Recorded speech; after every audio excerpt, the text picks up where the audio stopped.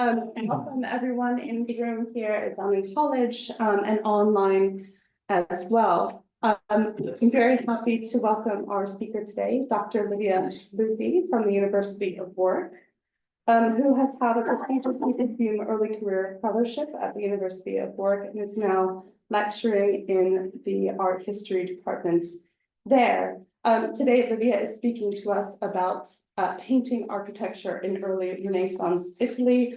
And we are also looking at the beautiful cover of your fresh book out just this year. But at the same time, Livia, you have also curated a digital exhibition at the Soane, Beyond the Painter Architect, which will also you will also bring into your presentation today. For those of you online, if you do have any questions, do hold those to the end, and we'll try to pick those up on the chat.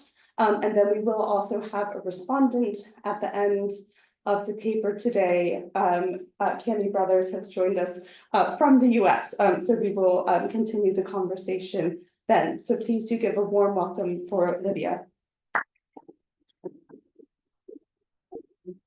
Thank you for having me. Thank you for inviting me. I'm really glad to be presenting my book here today. And I'm glad that Cami was able to come here in person. She also said a few words at the launch of my book, but wasn't able to be there in person. She did that online. So it's really lovely that we have this opportunity to be here in person today. Without further ado, the book is an effort to clarify my fascination with architectural forms and their representation. The volume's focus on painting stems from 4 burning questions. Why are so many architectural settings in this medium so prominent? How do they interact with the narrative, if at all? How did artists understand architectural forms, and why did they labor over them? Scholarship has been relatively uninterested in these issues, with the exception of prominent artists who are known to have worked as both painters and architects. For example, Giotto, Raphael, Michelangelo, and Baldassare Peruzzi. But it always seemed to me that a plethora of other artists, other figures, genuinely engaged with architectural practice in a precise, thoughtful way, even though they may not have gone as far as designing large-scale, 3-dimensional buildings. And even in the case of Raphael and Baldassare Peruzzi, to my knowledge, there are no substantial studies of their architectural settings and how their work as artists fed into their practice as architects, or vice versa. Now, Cami's book on Michelangelo is arguably the most helpful publication in this sense, as it elucidates the fluidity of Michelangelo's practice between painting, sculpture, and architecture. And some of the observations that she made in her second book on Giuliano da Sangallo also echo some of my ideas. But when I started addressing these issues, I thought that scholarship on the topic excessively pivoted on perspective and pictorial space. Ironically, all analyses based on pictorial space underline the ultimately 2-dimensional nature of architecture and painting, leading to interpretations of it as a lesser counterpart to large-scale 3-dimensional buildings, exposing perspectival defects and sacrificing structural integrity to the needs of the supposedly more important narrative. This view is deeply rooted in a theoretical framework that can be traced back to Leon Battista Alberti, who rejected perspectival representations of architecture as deceptive in his De Re Edificatoria, while proclaiming the architect's debt to the painter in his De Pictura. Although scholarship traditionally sees Alberti as the originator of the system of the figural arts, these somewhat contradictory statements distinguish the work of the architect from the work of the painter as separate individuals, revealing anxieties around architectural representation that arose from the very fact that many sculptors and painters worked as architects, and that architectural practice developed fluidly across media. This is another factor that scholarship has taken for granted and never really tackled as a phenomenon. Interpretations limited to the trope of pictorial space are pernicious because they arise from and reinforce the disciplinary boundaries between architecture and art history, while clear-cut distinctions between the work of the painter or sculptor and that of the architect would have made little sense to Renaissance craftsmen. Feeding off the supposedly irreconcilable contrast between two and three-dimensionality, this historiographical divide is especially insidious because it ends up informing even our approach to painting and sculpture as separate endeavors. While the tension between these media, painting and sculpture that is, has well-established roots, first in the structure of guilds, which saw them as pertaining to two different groups, and then the debate around the paragone. The art historical fixation on surface versus depth has created a broader rift between them that is especially evident in their relation to architecture. By virtue of its three-dimensionality, sculpture is considered as a more tangible, corporeal medium that systematically tackles architectural issues, for example, in the design of microarchitectural objects like reliquaries or tabernacles. Similarly, sculptors often designed or contributed in significant ways to building projects. Arnolfo di Cambio, Michelozzo, Lorenzo Ghiberti, Bernardo Rossellino, Francesco di Giorgio, and Michelangelo are only some of the better known among them, tracing a tradition that closely ties sculpture and architecture together, and that stretches at least from the 13th century. The facility and frequency with which these craftsmen seemingly shifted from one medium to the other has somewhat dulled our curiosity about how exactly they were able to do so. What were the practical challenges? What were the financial and social incentives, if any? These are still unanswered questions, since there is hardly any literature exploring intermedia practice as a phenomenon beyond the remit of individual artists like Orcagna or, again, Michelangelo. This gap in our knowledge appears all the more significant when we consider that some aspects of sculptural work channel representational strategies that we more commonly associate with painting. Donatello's and Ghiberti's stunning relief panels, for instance, testify to sculptors' competent handling of narrative and perspectival effects. These observations are not meant to nullify the difference between architecture, sculpture, and painting. I'm quite keen to emphasize this. Rather, they aim to challenge our assumptions about individual media, probing the broad appeal of architectural forms and advocating for a more integrated understanding of craft. On the other hand, the relationship between painting and architecture has been the object of more sustained study. Arguably, this is because these media are perceived to be more antithetical, embodying the tension between flat surface and depth that has fascinated art historians for generations. The majority of interpretations still rely more or less consciously on perspective, thereby establishing a hierarchical rather than dialectical relationship between painted and built examples. It might also be because we have considerably fewer examples of painters consistently practicing as architects before the 16th century. The earliest documented instances, as I'm sure you know, Giotto, but even for his contemporaries, he was deemed as an outstanding artist. So he's hardly representative of practice in this sense. These seeming idiosyncrasies have spurred scholarly curiosity in the subject. And over the last 10 years or so, 3 monographs, 2 edited collections, and 1 exhibition have focused on the representation of architecture in Italian painting between circa 1300 and circa 1600. It seems to me, though, that although they offer interesting contributions, they hardly consider the architectural value of buildings in painting or the broader contribution artists made to architectural practice. The tendency to interpret architectural settings in primarily spatial terms is especially rife in analyses of painted example, and this is why my book focuses on painting, though of course it does mention sculptural examples as points of comparison.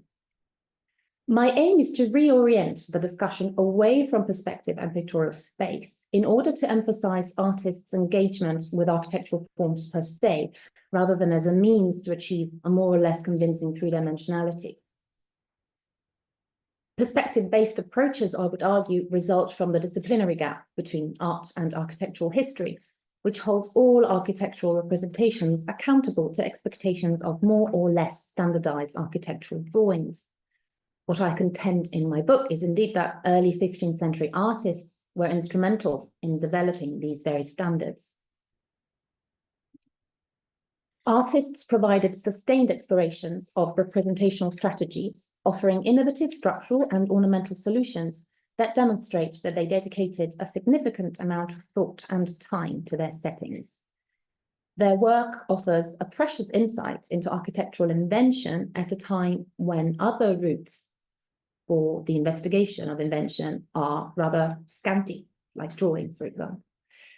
More specifically, I argue that the efforts of artists paved the way for the development of architectural practice, first and foremost by establishing architectural forms as a kind of cultural capital.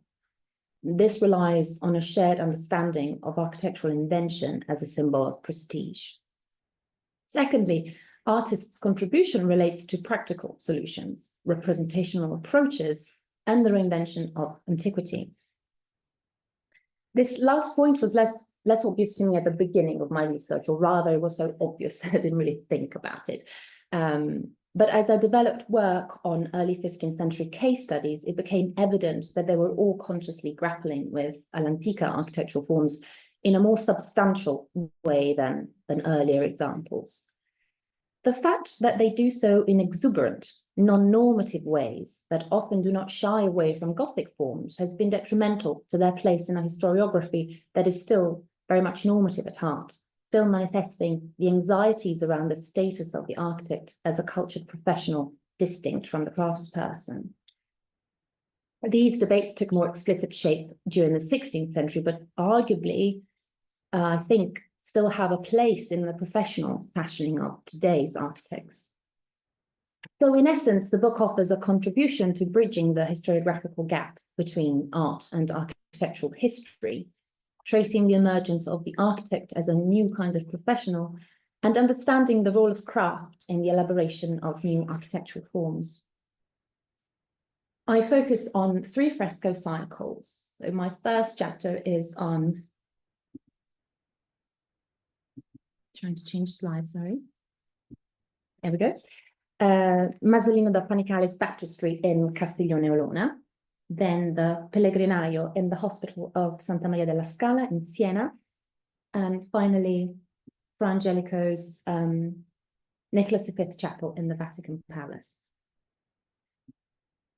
Okay. This medium, frescoes, presents the earliest and most audacious examples of architectural experimentation in painting, from Giotto to Altichiero da Zevio, offering more extensive, cohesive visual material compared to individual paintings on panel canvas or parchment. Enveloping whole environments and potentially addressing a considerable number of people at the same time, fresco cycles represent a bold statement on the patron's part. More importantly, they are at one with built architecture, enabling us to reach more comprehensive conclusions about the extent to which artistic and architectural practice were intertwined. In this respect,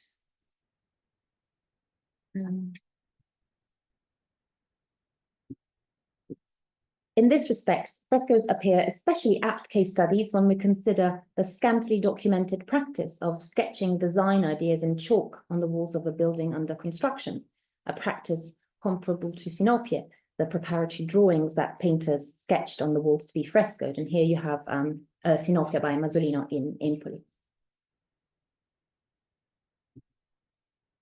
Although they are representative of the more markedly architectural approach to painting that began in the 14th century and characterizes the 15th century, and I would argue fresco painting in particular, all 3 cycles stand out for the prominence and innovative design of their architectural settings. These are arguably the most striking of the early 15th century, but have not been the object of sustained analysis. At times, the architecture overwhelms the figures, almost distracting the viewer and leading the eye away from the narrative. The buildings in these frescoes do not merely frame the figures, but structure the narrative and draw attention to themselves, mesmerizing the viewer with their complex decorative detail and their intriguing interaction with light and shade effects. These settings demonstrate that artists dedicated a significant amount of thought, work, and time to them, and suggest that they are not only an integral part of the decoration, but contend with the figures for primacy. Today, I'm going to take you through two of the case studies. We're going to have a look at some of the material in my first and third chapter. So we're starting with Masolino's fresco cycle of St. John the Baptist in Castiglione Olona in Lombardy, which was painted in 1435. So Masolino was working for Cardinal Branda Castiglione, an erudite, influential figure with a remarkable international network. His frescoes are a particularly precocious example of patronage patterns inspired by classical antiquity and informed by a degree of artistic and architectural ingenuity, pointing to the patron's cultural and the artist's professional ambition. In particular, an analysis of his architectural settings reveals the painstaking attention with which Masolino engaged with existing architectural practice and the extent to which he proposed bold new solutions, underscoring how his architectural awareness informed his commission. On the one hand, this suggests that architectural knowledge and invention were key skills an artist had to possess in order to fully convey his patron's vision. On the other, it highlights the cultural potential attached to architectural forms in this period, pointing to a nascent architectural consciousness that was first delineated in artistic practice as a platform for experimentation. Art and architecture in Tuscany and Lombardy are the main bulk of material that Masolino used for his structures at Castiglione Olona, proposing for them ambitious reinterpretations in a classical key. Perhaps the most informative structure in this respect is the temple in the Annunciation to Zechariah. Its seemingly octagonal shape reproduces polygonal, centrally planned structures like the baptistry in Florence or the Lateran baptistry in Rome, while also responding to a Lombard tradition represented most eminently by San Lorenzo in Milan. A complex formed by adjacent octagonal structures that was considered antique and was later studied by influential architects like Bramante, Giuliano da San Gallo, and Leonardo as well. Masolino's interpretation counts among several others that testify to the fascination of artists and architects alike for this kind of structure. From Duccio's early explorations, and there's a predella panel from the My Stuff, to the San Michele Tabernacle for the apothecaries. There you have it there. Again, to Filippo Brunelleschi's, from Lorenzo Ghiberti's East doors for the baptistry in Florence, and you can spot quite a few buildings that have this plan in this detail. To Filippo Brunelleschi's design for Santa Maria degli Angeli, which was commissioned barely a year before Masolino's frescoes at Castiglione by the heirs of Filippo Scolari, for whom Masolino had worked in Hungary.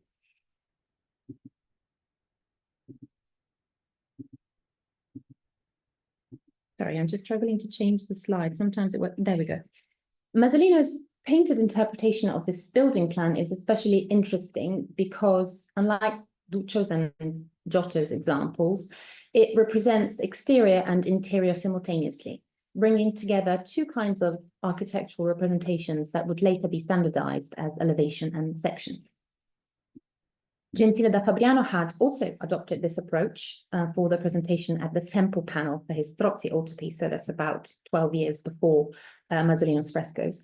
But while his temple features a cross-vaulted ambulatory and intricate decorative details, Masolino makes his structure much simpler to read by giving complete visibility of the back wall, which clearly echoes the frontal projecting sides. His simplification of the structure's interior confirms and underscores its central plan and is similar to what Andrea Cavalcanti did, though about 10 years after Masolino, in his presentation for the Santa Maria Novella pulpit. The interior view in both Masolino's painted temple and Cavalcanti's sculpted one, with their intersecting walls, pilasters or engaged columns, and flat entablature, explores structural and decorative effects that were realized decades later by Giuliano da San Gallo for the sacristy at Santo Spirito in Florence, demonstrating these artists' precocious architectural experimentation. The main vehicle for Masolino's experimentation is classical architectural detail, which led him to strikingly insightful, decorative and structural innovations. The detailed trabeation of Herod's palace that you can see here compresses in the architrave details normally found in the cornice, such as the dentils and egg and dart mouldings, representing one of the earliest examples of carefully rendered architrave moulding in either painting or building since antiquity. The frieze, where wingless putti hold festoons, proposes a decorative solution borrowed from Roman sarcophagi and updating Jacopo della Quercia's design for Ilaria del Carretto's tomb in Lucca, where the putti have wings. Collapsing architrave and cornice and adopting for the frieze a motif mainly found in sarcophagi and triumphal arches, this inventive reinterpretation demonstrates Masolino's flexible approach to classical architectural heritage. Opposite this structure, which you've just seen in detail, there is the red portico hosting the scene where Herodias receives St. John's severed head. These two buildings establish an architectural conversation that sets the banquet's capitals, elaborating on what the canon recognizes as Corinthian, against pseudo-Ionic ones, and compares a detailed entablature to round arches, a highly decorative frieze to a row of blind arches, and a loggia with piers to one with round columns. The dialogue between these two porticos also develops in terms of colour and materials, with Herod's portico imitating white stone or marble, and Herodias' portico including a brick loggia. You probably can't see it in this detail, but the one at the top, of course. Here, Masolino underscores different designs for porticos and loggias, highlighting his architectural knowledge and ingenuity. In particular, the orientation of the pseudo-Ionic capitals of Herodias' portico is a particularly perceptive proposal. At first glance, it appears that these are represented frontally towards the viewer, even though the volutes would be more likely to face the courtyard or square, and only their side rather than the spiral would be visible from a lateral view, such as the one that we have here, that Masolino created for his composition. This arrangement is not evidence of Masolino's lack of architectural engagement to the advantage rather of the narrative. For a closer look at the gentle shading of the capitals reveals that the volutes are arranged at a slight angle, thereby maintaining the high legibility of the Ionic order from all sides. This type of angular capital, usually adopted as a corner solution and extremely rare in ancient and early Christian buildings, was later adopted by Andrea Palladio in the 16th century and popularized by Vincenzo Scamozzi in his architectural treatise, L'idea dell'architettura universale. Now, I realize that Masolino's volutes may not be placed as obliquely as Scamozzi recommended, but it seems to me that the 17th century canonization of this decorative solution highlights the precociousness of Masolino's architectural awareness and his close observation of antique architectural details. Finally, for Masolino, my personal favorite, the niche with string course and window painted on the left side of the arch leading to the apse. This simplifies Donatello's Mercanzia tabernacle, and at the same time adds ornamental details to Brunelleschi's niches for the Exedre or Tribune Morte at the Duomo. There you go. And yet, the combination of niche and unornamented aperture or recess resting on a string course anticipates by about 80 years the same arrangement in Bramante's Tempietto. The numerous antique architectural elements that Masolino explored, reinvented, and recombined in these frescoes testify to his architectural imagination, pointing to architectural forms as a key vehicle for the expression of both his professional standing and his patron's antiquarian taste. The second case study that I wanted to highlight today is for Angelico's Nicholas V chapel in the Vatican Palace, where he painted the lives of Saint Stephen and Saint Lawrence. The literature on this fresco cycle is emblematic of scholarship on architecture and painting, and that's why I was keen on sharing a few of my thoughts. Scholarly attention has focused on the basilica-like setting in 3 of the 12 narrative episodes, and you can see the episodes here, the 3 basilica episodes. proposing compelling interpretations connected to Nicholas V's plans for the renovation of all St. Peter's and to Leon Battista Alberti's role within this project. But the chapel's architectural settings as a whole are still an unexplored subject. Our understanding of how they interact with the narrative and what this means for the decorative program is therefore limited. This is emblematic of an established interpretive approach to architecture and painting, whereby fictive structures are a lesser version of their built cognate, and in which their interaction with narrative has little to no bearing. In this instance, this approach is especially fruitless for two main reasons. First, because a tangible link between Fra Angelico, Alberti, Nicholas V's architectural plans and the painted structures of the chapel is as elusive as it is intriguing. And secondly, because the chapel settings are not considered in their entirety. Assessment of Fra Angelico's potential reliance on Alberti's architectural ideas is usually informed by interpretations of Alberti's relationship with the Pope. That's the whole crux. Now, these range from seeing Alberti as the only possible source for Nicholas V's urban plans, all the way to the other end of the spectrum with Manfredo Tanfuri's radical rejection of this theory. He contended, I think rather convincingly, that Alberti was a marginalized figure within the Curia and that Nicholas V is unlikely to have heeded his advice. While Anthony Grafton requalified Papuri's contribution, suggesting that even as an outsider, Alberti might well have acted as a consultant of sorts. These discussions often do not include Fra Angelico's architectural settings, or if they do, they tend to focus on the scenes that you see here, 3 out of 12. Those that are considered more Albertian, so to speak, or suggestive of Nicholas V's intervention in the urban fabric of Rome. In my book, I provide a more thorough overview of the chapel's settings, elucidating the importance attached to these painted structures as a cohesive whole. Another important point is that debate on Alberti's role also obfuscates the artist's own contribution to the project, depriving Fra Angelico of his own architectural acumen.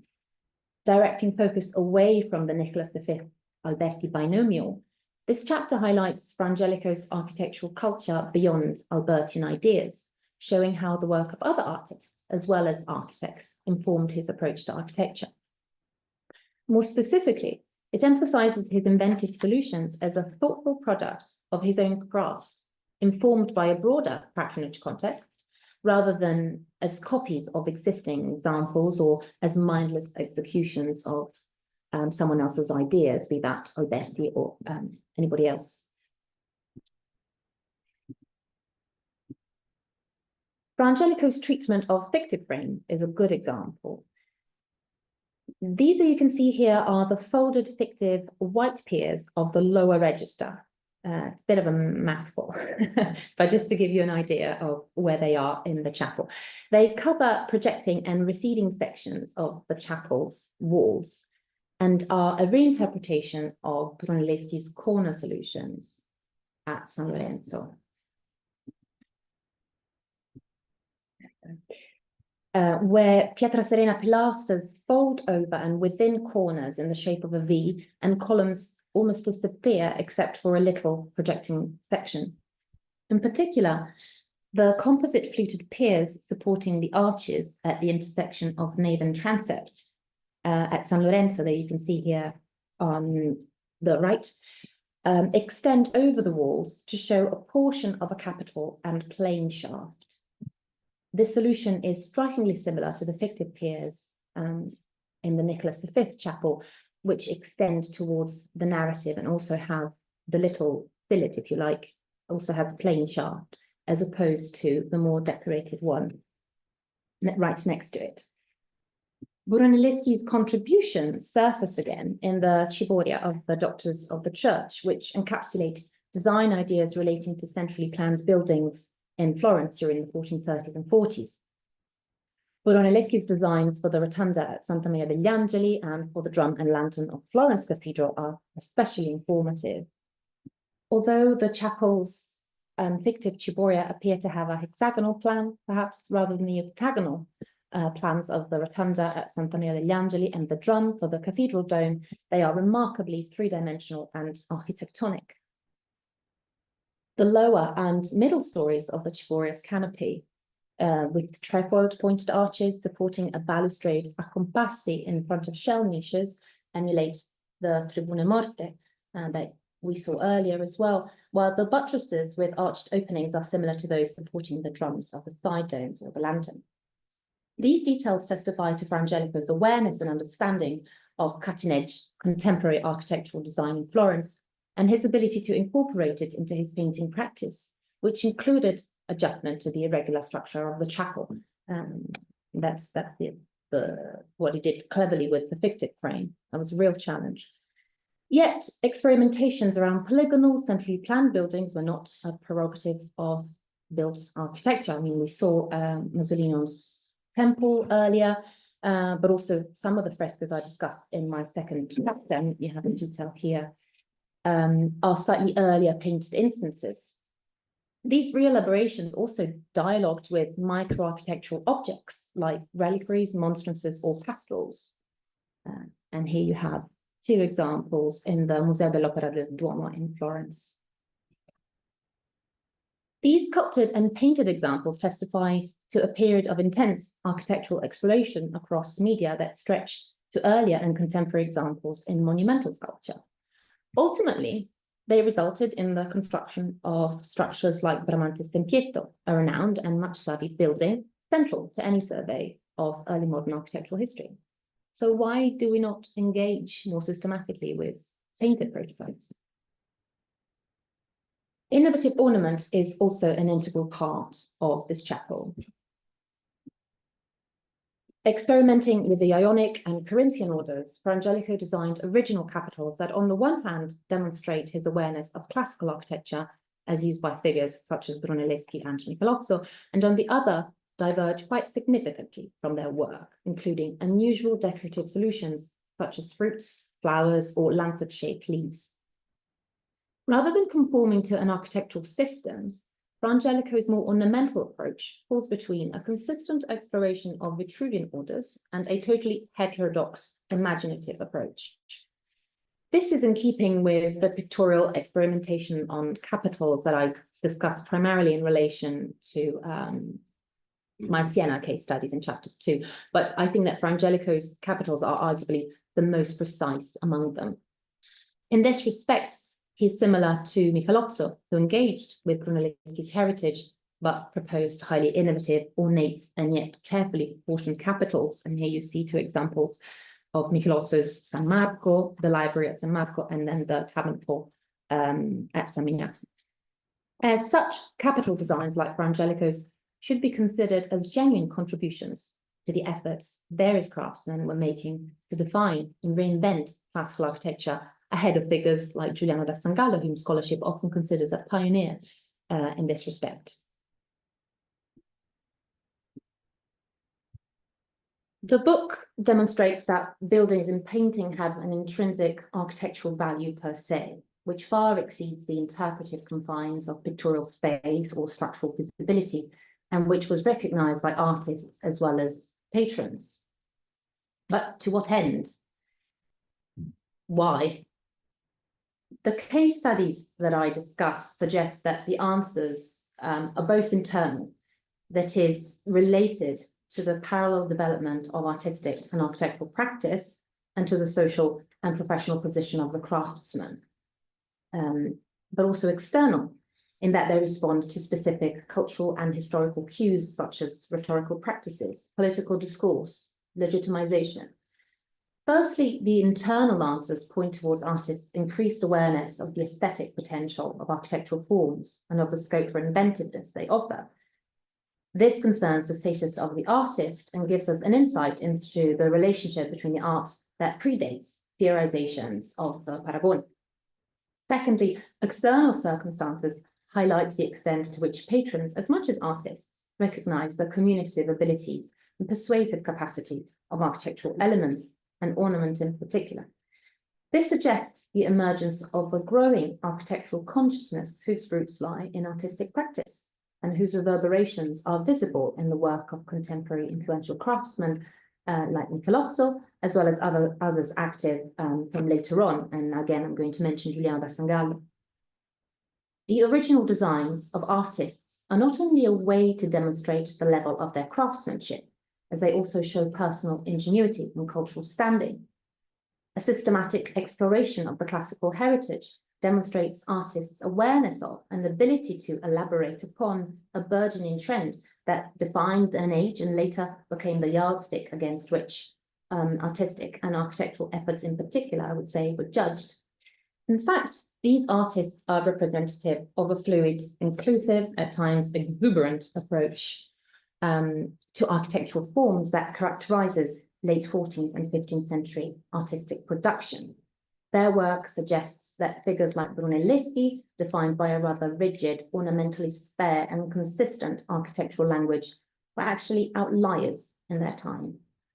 Their work later mythologized and by historiography in light of the establishment of a more normative understanding of a classical heritage from the early 16th century onwards. To conclude, I'm going to show a few slides from my digital exhibition, which has arisen from the work I've carried out for the book. Now, the exhibition is based on the North Italian album at the Stones Museum, and here you see on the left the North Italian album, and on the right drawings which were most likely realized by the same draftsman in the Louvre.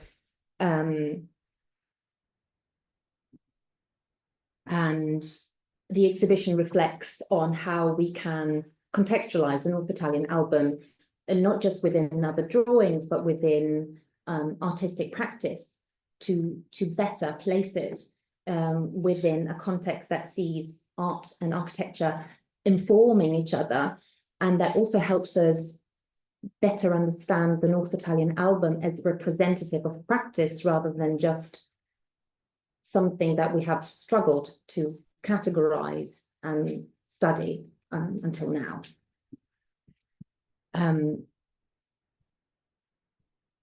Now, today's presentation focused on architectural invention, but the book also tackles patronage, suggesting that patrons' expectations were also taking a more architectural turn, though they may not have made this explicit in contracts.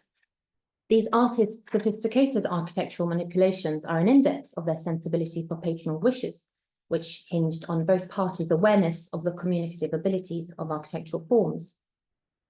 Whether they respond to specific rhetorical and cultural practices or engage with political discourses, architectural settings add meaning to a narrative, articulating wonder and conveying prestige, redefining identity, and curating one's status through structural ingenuity and ornamental originality. That these ambitions should take a specifically architectural form testifies to an increasing fascination for the aesthetic potential of the architectural medium and to a growing understanding of its powers of persuasion. The book's architectural settings expose a direct connection between innovation and persuasion, but they also point to the emergence of a growing, almost obsessive interest in architectural forms.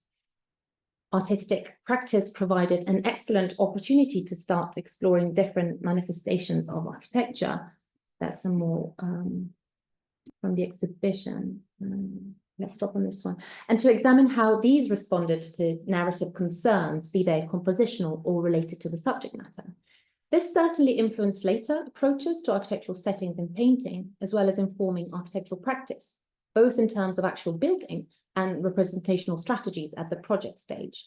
But it also initiated a wave of architectural creativity that investigated the seemingly inexhaustible breadth of ornamental possibilities, as demonstrated by the popularity of 16th century prints, elaborating capital designs, and focused on the charm of ruins and buildings per se, devoid of identifiable narratives in the development of new artistic genres like architectural capricci and vedute.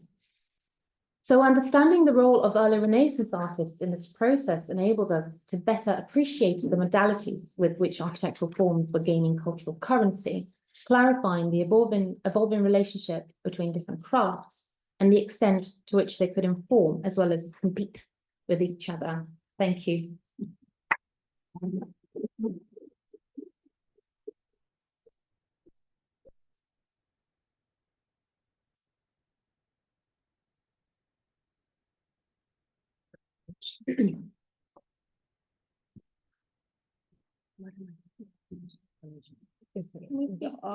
Is the audio kind of? Yeah. Okay, perfect.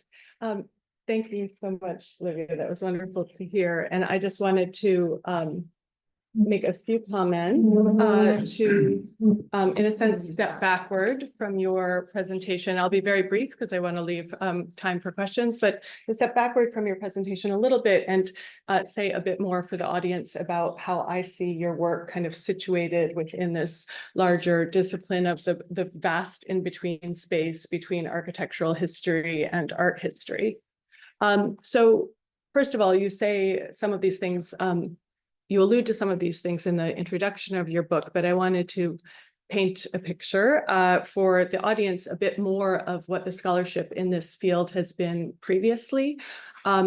So as you mentioned, a huge amount of it has been devoted to perspective studies. There's a vast literature on this, as some of you may know, but the perspective studies tend to get a little obsessive and tend to kind of like draw lines on pictures and often point diagrams, point out errors, things like this. Or 3D reconstructions. I'm getting to that. Yeah. There's another whole broad field that looks at the question of what would this building look like if it were a real building. And so this kind of study often does, you find plans, and now that virtual reconstructions are possible, that's pursued. I don't think it's uninteresting, but I don't think it has much to do with the point of the paintings originally.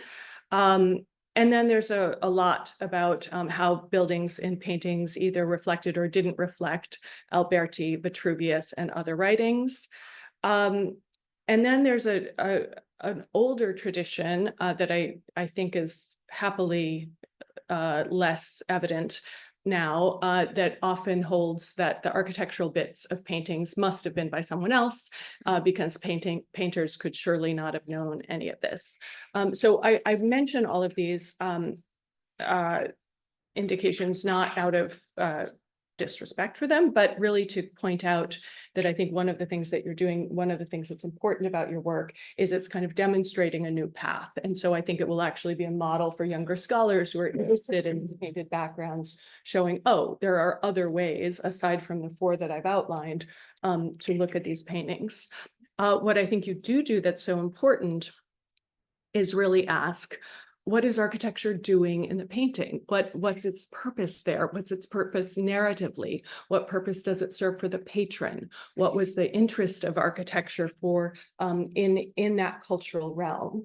And I think the other thing that you do is that you really establish a dialogue, which I think was absolutely in evidence in these periods of the 15th and also 16th century, between this painted work and built work that is happening, architectural drawings, micro-architecture.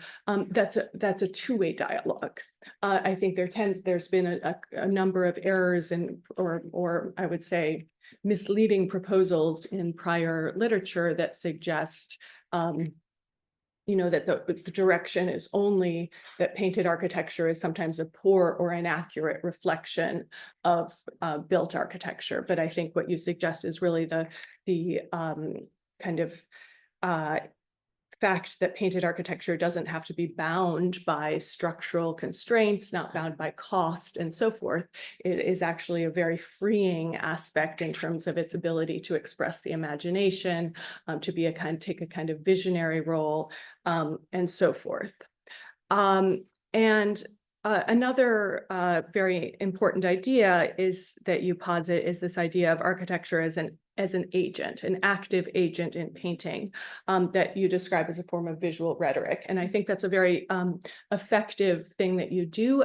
You also make the argument visually. It's for those of you who haven't paged through the book, it's a beautifully illustrated, very thoroughly, richly illustrated book that allows, I think, the reader to start to think, to see the mind of the painter working visually as it would have, making all of these sets of connections between, as you saw, this kind of micro architecture expanded to a big wall and so forth.